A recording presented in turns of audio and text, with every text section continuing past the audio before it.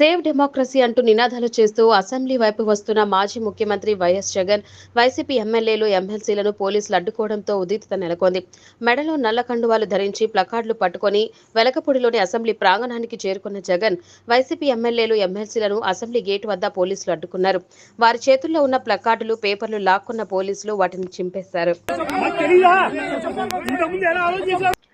దీంతో పోలీసుల తీరుపై జగన్ తీవ్ర ఆగ్రహం వ్యక్తం చేశారు. తమను అడ్డుకునే అధికారం ఎవరిచ్చారంటూ పోలీసులను జగన్ నిలదీశారు.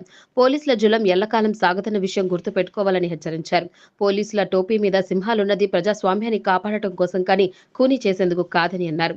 ఎమ్మెల్యేలు, ఎమ్మెల్సీల చేతుల్లో ఉన్న పేపర్లు లాక్కొని చింపే అధికారం ఎవరిచ్చారని పోలీసులను జగన్ నిలదీశారు.